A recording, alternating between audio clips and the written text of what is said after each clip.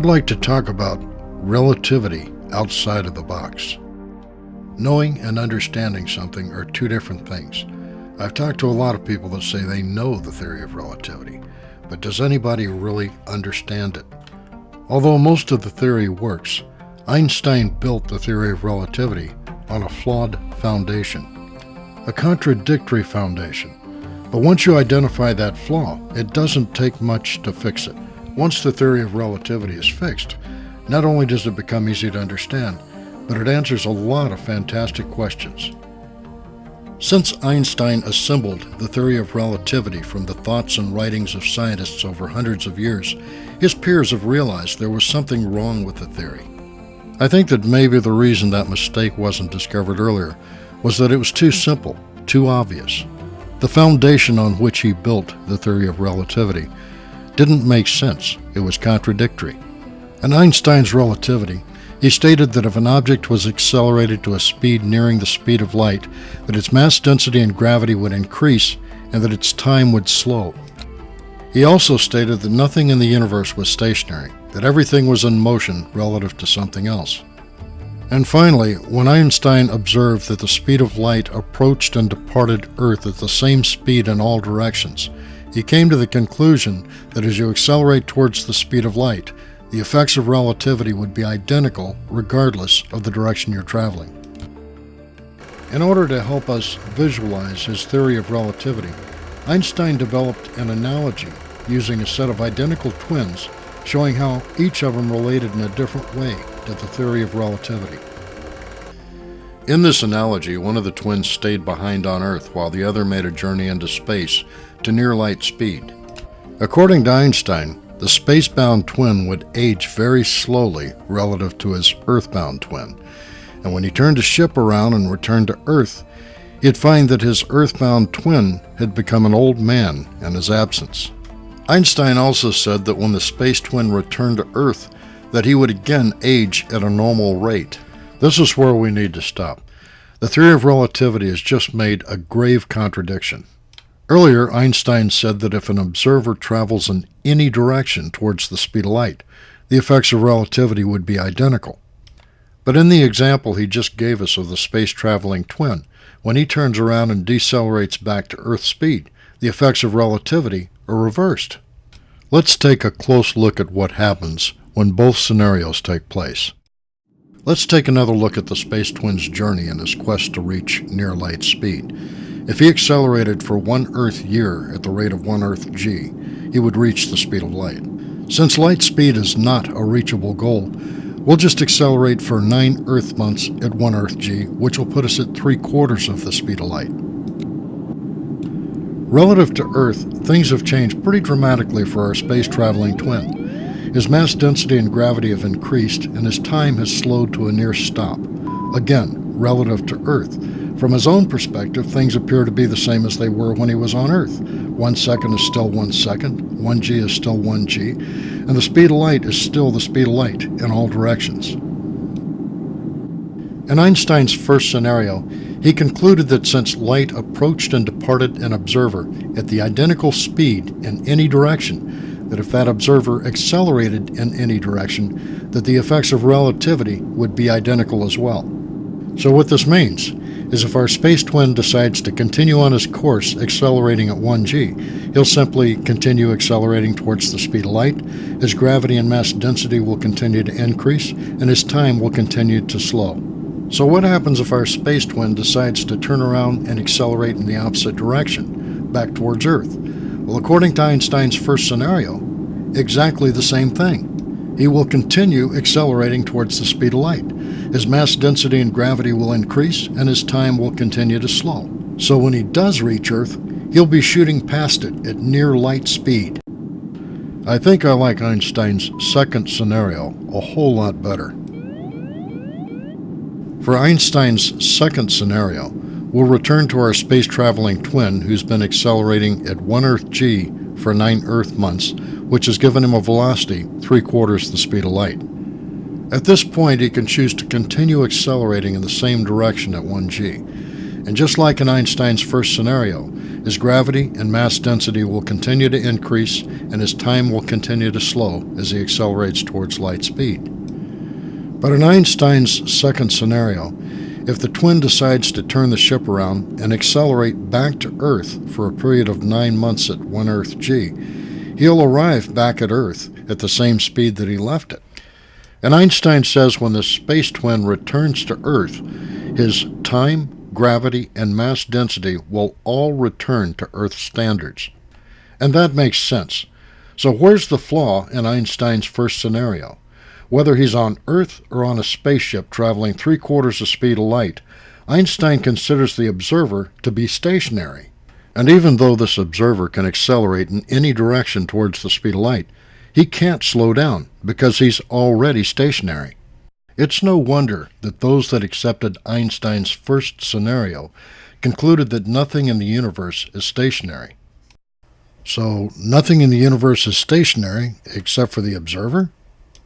So in order for the theory of relativity to work, one of the two conflicting scenarios must be removed, and it's the first scenario that doesn't make sense. So again, with Einstein's second scenario, as you accelerate and decelerate, the effects of relativity increase and diminish. Let's say, for the sake of this example, that if you were traveling at 3/4 the speed of light, that your mass density and gravity would be 10 times greater than it would be on Earth, and that your time would be passing 10 times more slowly.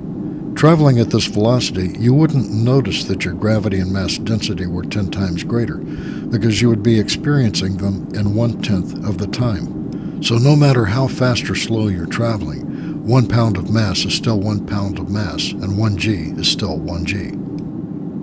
So in this example, according to Einstein's second scenario, as our space traveler decelerates back to Earth's speed, his mass density and gravity will decrease by 10 times, and his time will accelerate by 10 times. My next question is, what happens to our space traveler when he slows to a velocity slower than Earth's velocity? It would only make sense that mass density and gravity would continue to diminish, and time would continue to accelerate. To what end? Well, until gravity and mass density cease to exist. This would occur at zero velocity. If Einstein's second scenario is valid, then there is indeed such a thing as zero velocity, but it can't be physically marked since nothing can exist there. It can only be identified mathematically by observing gravitational interactions between astronomical bodies that are traveling at different velocities through space. And also, if Einstein's second scenario is valid, then the effects of relativity would no longer be identical in any direction that you're traveling. The direction that you're traveling as well as your speed would become a very important factor in considering the effects of relativity. To verify Einstein's second scenario, I looked towards the stars. Some stars were moving along at a uniform velocity. Other stars were accelerating towards the speed of light, while others yet were decelerating towards a point of zero velocity. What would cause some stars to accelerate or decelerate relative to the speed of the stars around it? For one, the gravitational influence of a larger star. If the gravitational influence of a larger star caused a smaller star to accelerate towards the speed of light, according to Einstein's second scenario, what might we expect to see? Its gravity and density would increase, and we'd likely see a blue shift in its light spectrum. Whereas on the flip side, if a gravitational influence was causing a star to decelerate towards the point of zero velocity, we would see its gravity and density diminish. As it continued to decelerate towards the point of zero velocity, do you suppose the star's gravity and density would continue to diminish until it just faded away? Not likely. At some point it would give up its material state and revert back to the state of pure energy from which it came. When we look out there, we see blue dwarfs and red giants that tend to blow into novas. What other indicators do we see that relativity is at work? As galaxies spin through the universe, one of their sides is moving faster than the other side. So according to Einstein's second scenario, the stars on one side of the galaxy should be more dense than the other. And this becomes apparent to us as we can observe a red-blue shift from either side of the galaxy. Another astronomical occurrence that would appear to demonstrate Einstein's second scenario would be pulsars. A pulsar is at least two stars that are locked in each other's orbit as they race through space. One star is continually catapulted ahead, while the other is continually falling behind. As the stars' velocities oscillate, we can see evidence that their gravity and mass density are oscillating as well, all the way from Earth. No. You cannot experience the effects of relativity unless you're traveling at near the speed of light. And I'm not arguing that point. What I am suggesting is that we, as well as everything that we can see, are indeed traveling near the speed of light. On a scale ranging from zero velocity to light speed, where would you estimate the Earth's true velocity to be?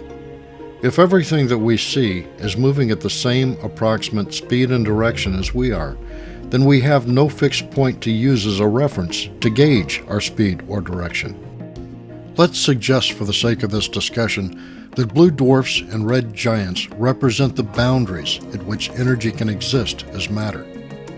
That means, relative to light speed, there's only a small window of velocity in which matter can exist. And again, if we decelerate from this window, matter will revert back to pure energy. But then if you try to accelerate past that window, you find that mass becomes so increasingly dense that no amount of energy will enable you to reach the speed of light.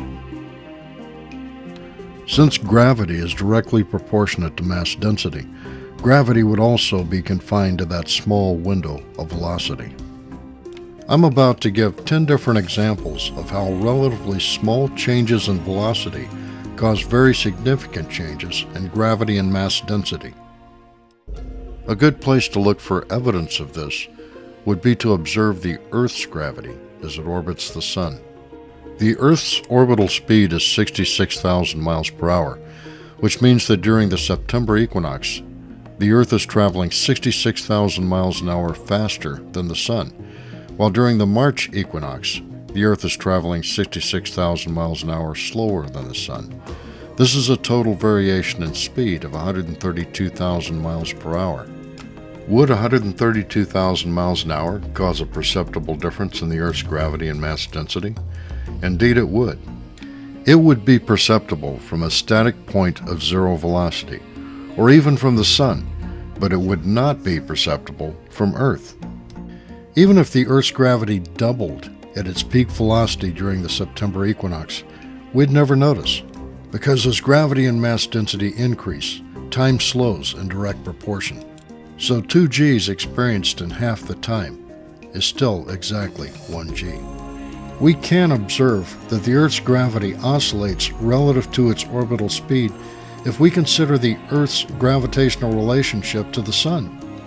Consider that the Sun's velocity and gravity are constant relative to Earth's.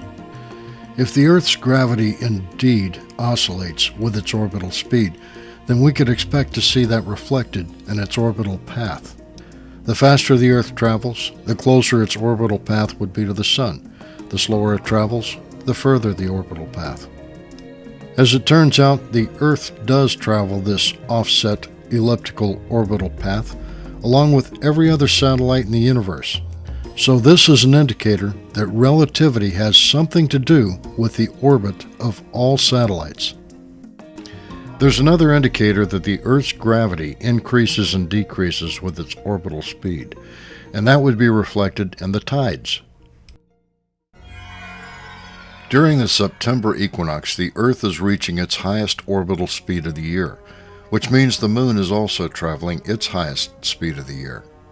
The tides result from the Moon's gravity, and if gravity is indeed proportionate to velocity, then at this time of the year, the Moon's gravity should be at its peak, as well as the height of the tide.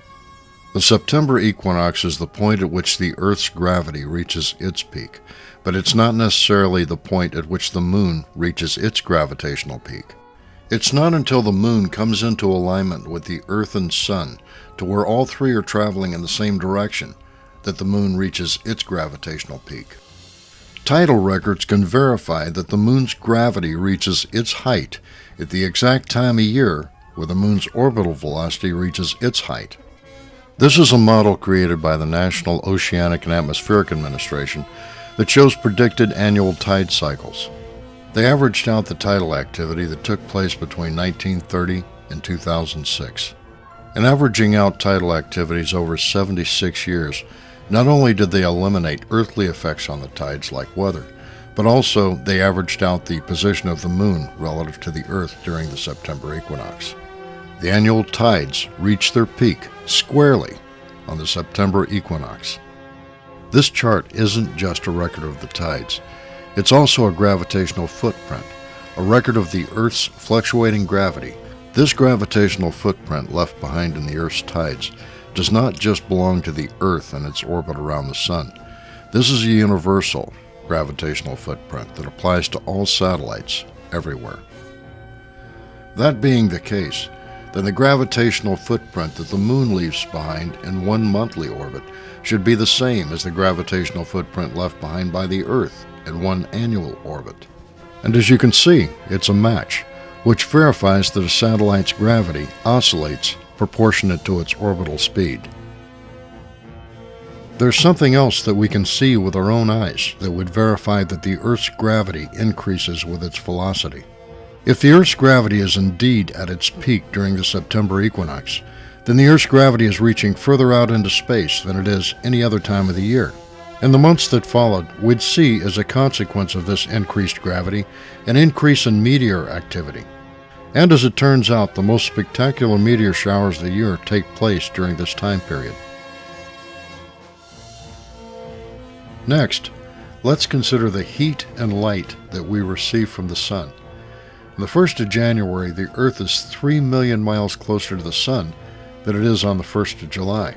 Oddly enough, the Earth's average temperature is 3 degrees cooler in January when it's closest to the Sun. There's one logical explanation for this. Time oscillates relative to orbital speed, the same as gravity and mass density. So the Earth receives more heat and light per second from the Sun during the summer than it does in winter. It was the search for the answer to the following question that led me to this entire realization about relativity. How is the inertia that satellites lose to centrifugal force replenished? In order for a satellite to enjoy the zero-G status it needs to maintain an orbit, the gravity it's experiencing must be equally countered with centrifugal force. The problem is centrifugal force is not free. Centrifugal force is a deflection, a circular deflection. If an object in motion isn't influenced by any type of deflection, then it'll continue moving in a straight line forever. When an object in motion is deflected by another object, it loses part of its inertia to the object that deflected it. As far as deflection goes, let's say an object that was under 1 g of acceleration became deflected by an immovable barrier. If that object were still under 1 g of acceleration, which is 32.2 feet per second, then at the end of 1 second, it would not have moved 32.2 feet. In fact, it would not have moved at all. The barrier would have absorbed the entire g of acceleration. If an object under 1 g of acceleration were forced into a circular path by an axis, and it traveled 32.2 feet in the period of 1 second, winding up exactly where it was 1 second before, it would be just like the previous example, to where the deflection absorbed the entire g of acceleration. And whether that barrier is an inside axis or an outside race, it is absorbing the acceleration and inertia from the object that it's deflecting. I'm saying that centrifugal force costs inertia, and you're probably thinking, if that's so, how can a flywheel be such a practical way to store inertia? If you counterbalance your deflected object with a like object, you eliminate centrifugal force. So if the first object is pulling on the axis with 1 g of deflection, the opposing object will counter that and create a 0 g deflection. To see this principle in effect, you only need to go as far as your washing machine. This is an example of an evenly balanced load on a spin cycle. But if you shift the load to one side, eliminating the counterbalance, the same machine with the same load and motor can barely spin at all. A satellite in orbit does not have a counterbalance, so therefore it does lose its inertia to centrifugal force.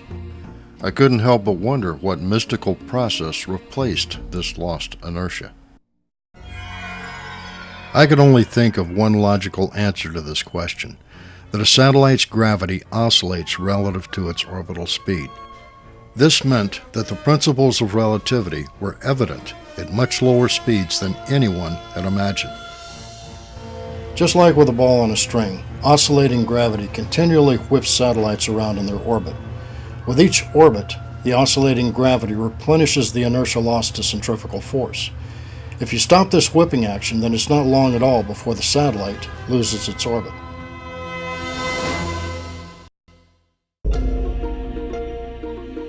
So the concept that a satellite's gravity oscillates relative to its orbital speed would explain why satellites don't lose their inertia to centrifugal force. The next question that came to my mind was what would happen if you launched a satellite into such an orbit that its velocity did not oscillate relative to our solar systems. If gravity is indeed proportionate to velocity, then that whipping action that keeps satellites in orbit would be gone in this case. There is one kind of orbit that does not create oscillating velocity relative to the velocity of our solar system. If you launched a satellite into a polar orbit, as long as it was traveling to and fro in the same direction as our solar system, you'd have the same oscillating velocity and therefore gravity as an equatorial orbit. But if a satellite were in a polar orbit, not orbiting for or against the direction of the solar system, then it would lose that oscillating velocity and gravity. Just like that ball whipping on a string, the satellite would soon lose its orbit. I did a little homework and I found out that it's a bit of a mystery as to why polar orbits are such a hit-or-miss proposition. The inconsistency of polar orbits just serves to further reinforce the concept that gravity does oscillate with orbital speed. If relativity is responsible for oscillating gravity in satellites, it's also responsible for long-term weather changes. And once we see why, we can predict future long-term weather changes. It has a lot to do with orbit wobble. The Earth and Moon actually orbit each other. Of their total orbital mass, the Earth is 85% and the Moon is 15%. So 85% of the orbiting that we see is on the part of the Moon, but 15% is on the part of the Earth. So on the Earth's orbital path around the Sun, the Moon's pulling it gently forward and back and side to side, which affects the Earth's gravity and mass density slightly. The reason I bring this up is that as the planets in our solar system orbit our Sun, they also pull it forward and back and side to side. The intensity of that wobble depends on the alignment of the planets. And as the Sun's velocity fluctuates as a result, so does the velocity of the entire solar system, including Earth. We saw that the Earth's average temperature changed over the course of a year as a result of its orbital velocity. You can bet that with the changing speed of the entire solar system, that those weather changes would be more significant and longer lasting. So if the Earth's average annual temperature varies by 3 degrees because of its orbital speed, and we experience long-term weather changes as a result of the alignment of the planets on our Sun, then imagine the effect the galaxy's orbital speed has on the Earth. As our solar system reaches its peak velocity in its galactic orbit, its gravity and mass density will also reach their peak. And when our solar system was traveling in the opposite direction from the galaxy, its gravity and mass density would be at their lowest point. It's like having the 4 galactic seasons of summer, fall, winter, and spring. During the galactic winter, imagine what the effects would be of having a dramatically lower gravity and mass density. If this occurred, we could expect that the inhabitants of Earth could grow to much larger sizes. Although these larger creatures would enjoy agility from the lower gravity, it's likely that their lungs would also be larger to breathe the thinner air. And then as our solar system swung into the galactic spring, our gravity and mass density would begin to increase.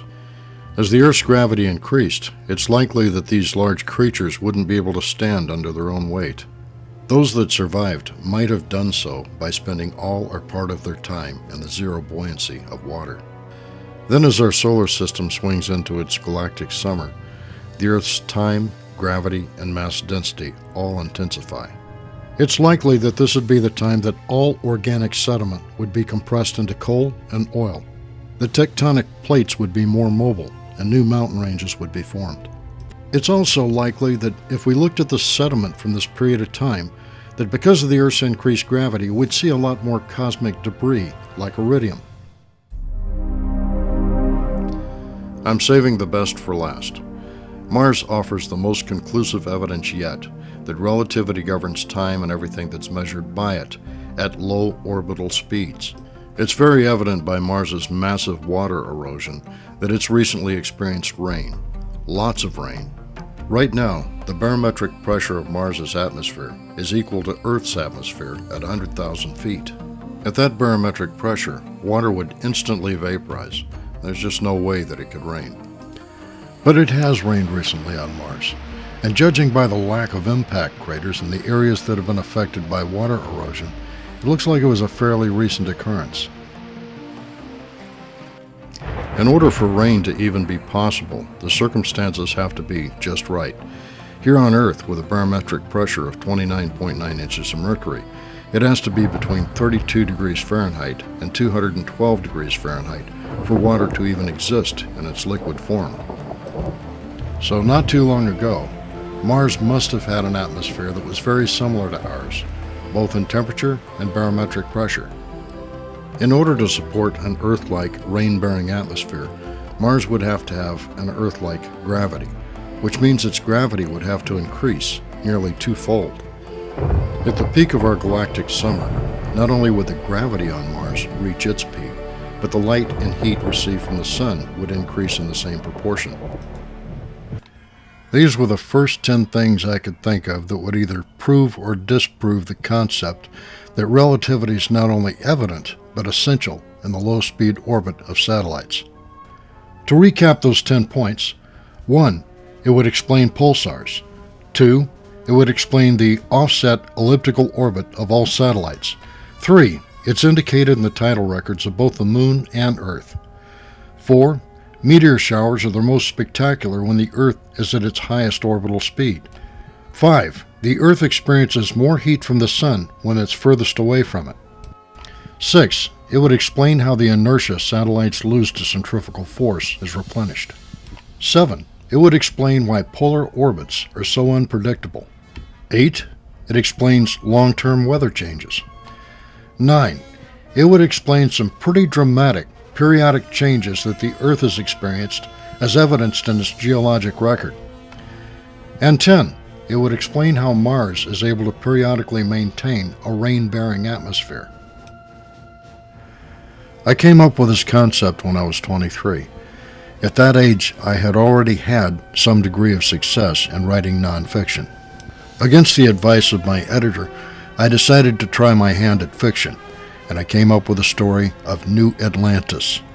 The story was a fun look at the idea of what would have happened if the story of Atlantis had taken place in modern times. The story involved space travel, and I wanted it to be feasible, so I gave some very serious consideration to the aspects of high-speed travel. Well, the book never got published, but this video conveys the end result of that consideration. In 1984, I was watching the Nova television show on PBS. A professor, Walter Alvarez from Berkeley, was speaking on the show. He was looking at evidence in the Earth's geologic record that shows that the Earth has gone through some pretty dramatic changes in regular intervals, and he was asking why. I thought, I have the answer to that question, so I sent him a 4-page summary of my concept entitled The Course of a Galactic Year. Shortly thereafter, I received the paper back from Dr. Alvarez with a post-it note attached saying, "Dear Mr. Wagner, thanks for your letter, but I cannot comment on your theory as I'm not an astrophysicist."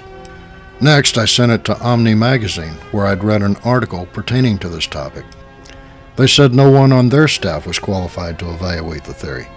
I sent it several other places thereafter and always got a similar response. so I wound up sitting on the theory for the next 25 years. A couple of years ago, I decided to teach myself computer animation and to make this video. I figured if it turns out not to have any merit, it's at least been a fun project. But if it turns out that it does have merit, it'd be a real shame for me to pass from this life without having left this behind.